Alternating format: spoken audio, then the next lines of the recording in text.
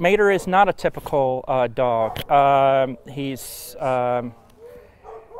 he's kind of like 2.5 legs. He walks with his front legs. Seeing him getting around is pretty special. He's adapted very well. Despite only having 2 functioning legs, Mater hasn't let anything slow him down after recovering from a brutal attack a little less than a year ago in El Paso, Texas, and has since found his forever home. The little white terrier was attacked by 2 other stray dogs, boxers, just outside of El Paso in San Elizario. We have a follow-up to a dog that was rescued from certain death by a Good Samaritan last week. Dr. Flossie came in and did emergency surgery this morning on him, and he's such a tenacious little fighter. We're pretty confident that he's going to make it. Thanks to the combined efforts of the passerby, Justin Revan, foster coordinator Beverly Knott, and the shelter's vet, Dr. Dennis Flossie, the little terrier was saved, but still had a long road to recovery. Like all of the animals that enter the shelter, he was given a name that fit his character and predicament. Dr. Flossie named him Mater. Oh, Mater! Are you all right? After a character from the Disney Pixar movie Cars. Because despite being hurt and roughed up, he was still upbeat. Mater was then sent to a foster home for the extra TLC he would need to help see him through. Come here, Mater, walk this way. After months of special care and learning to get around on his own, Mater came along. All that was left was finding a forever home. And in June, the perfect person walked into the shelter. After my wife passed away about 1.5 years ago, I was really lonely. Nobody was at the house, and I felt like I needed a companion.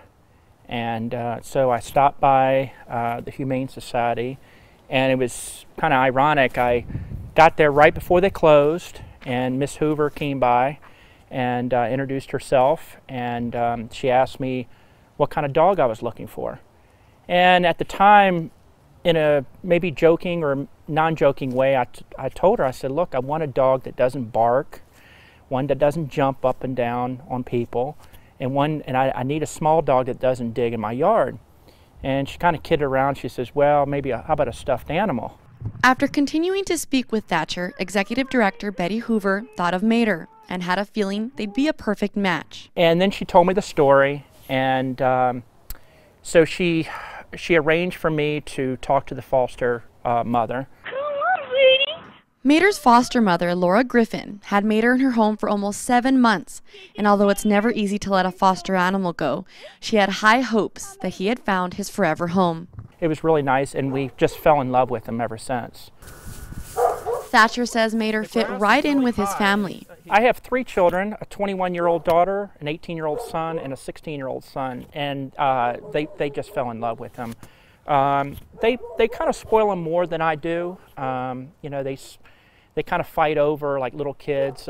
Although his children have grown close to the little 2-legged terrier, Thatcher and Mater have a very special bond, both overcoming great obstacles in life and moving forward a step at a time. I joined the Army when I was 38, and my first, as a reservist, I was assigned here to Fort Bliss, and I worked there 2 years at the dental clinic, and near the end of the 2-year period, I was diagnosed with non-Hodgkin's lymphoma. So I was going through 2 years of chemotherapy, and then towards the end of that, my wife unexpectedly passed away. After my wife's passing, I was diagnosed with post-traumatic syndrome and with anxiety. And it seems like over the last, since I adopted him in June, my anxiety has really gone down. Thatcher and Mater help one another daily. I think by human nature, sometimes we complain about the little things. And I looked at Mater and I thought, he's been through a lot. And, it's kind of hard to tell, who's been through the most, but it's just, I think he's a really trooper. He's a good trooper. And I'm glad he's part of our family now.